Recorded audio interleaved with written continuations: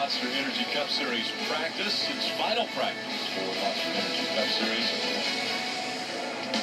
NASCAR Fantasy Live will be awarding $3,000 to the entry that scores the most points during the Coke 0400 Saturday, regardless of league standings. That means it's not too late to play. Create an entry and join a league today. Visit NASCAR.com/fantasy to get started now. And a few drivers jumping into a pack. I'll call it a pack. It's 6 cars that have gotten together.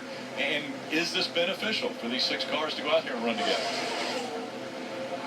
Well, I don't think it's going to be the best idea, but it's their only option. How about that? You take whatever option you have in front of you. I mean, here's the thing. These cars obviously feel they need some more track time in a pack.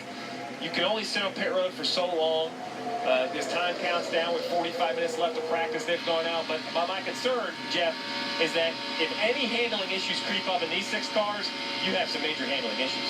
You would, but at least you would know it. You know it now, and you can start addressing it and make some changes before the race. So I'd rather know I had some issues rather than not knowing it, because at least I can address it. But you know, as we're watching the back of this, you see Dale Jr., he left, and he moved to the back of the pack. He could have stayed in the back. He immediately moved to the back. He wants to know how his car feels behind other cars. We said in the first practice, the car leading always drives good. If that car's driving badly, you got major issues. With the further back in the pack, you get the worse your car drives. So Dale Jr. immediately went to the back to put his car in the worst situation he can put it in. And Jeff, I'm curious from the driver's standpoint, you and Steve can chime in on this, but this originally was just supposed to be a Hendrick Motorsports 4-pack. Chase Elliott pulled out of this earlier, and now you see Jimmy Johnson in there, you see Casey Kane in there, and Dale Earnhardt Jr., but now other teams have crashed the party. So is that what you want? Does that make you mad, or are you cool with it when other teams want to crash the team party like that? Well, the only way you're going to get a big pack is more than just your team, and I think Hendrick Motorsports knows they need that pack. If you go back just this year, earlier in the year, Jimmy Johnson, remember, this is the 7-time champion. This is the clash in Daytona, and he basically crashes by himself and collects the 41. The air, it looks like, pins the left front fender. The car gets very loose. He gets into the 41's right rear quarter panel, Jeff, makes contact, and unfortunately wrecks the 41. And then here's later in the race, off the bottom, it looks eerily similar. It really does, and they didn't expect it. This was something that just popped up.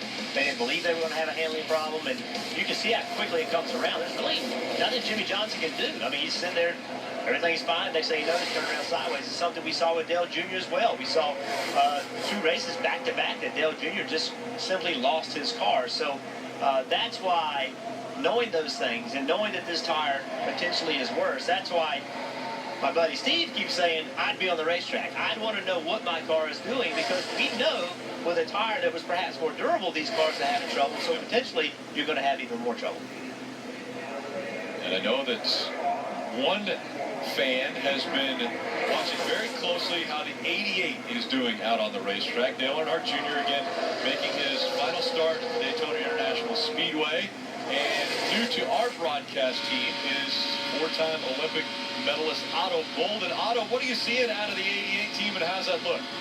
I'm still enjoying myself so much, guys, and I'm watching to see what exactly he's going to be doing in practice. I can tell you, though, that being back here in the garage, it's interesting to see that as this race comes, as we get closer and closer to time for the race, it's getting busier and busier. You know, I'm an Olympic guy. I'm used to, by the time the big race comes around, everything gets very, very quiet, because it's like a big exam. Nobody can help you. You have to go out there and do it yourself. The other thing that struck me back here is the access that the fans get even this close to being time to go for a race. I mean, there's no way you're going to get close to Allison Felix or Usain Bolt 48 hours before it's time for them to be in one of the biggest races of the year. So it's just absolutely amazing to be back here and enjoying it still, guys.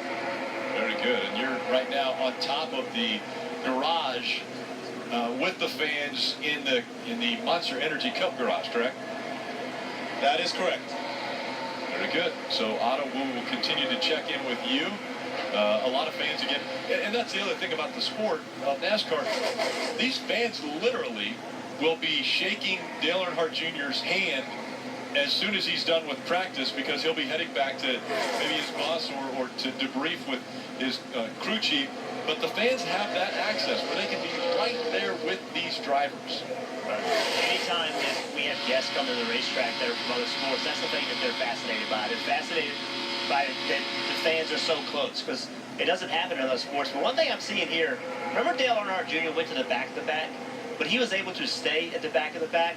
The two cars behind this pack, they couldn't. That is the difference in speed. These guys, they couldn't keep up. The minute they got to be the trailing car, they did not have enough speed, and they lost the draft. Dale Jr. was behind them. He was pushing them and never touched them, but pushing them with air and keeping them in this pack. That is the difference between having a fast race car and a slow race car. These two guys now know they cannot get themselves in position to be the last cars at the end of the line. But Rick, we're only 7 laps in. Everything's still driving good. Let's see how long these 4 commit, staying on the track a long run in this practice.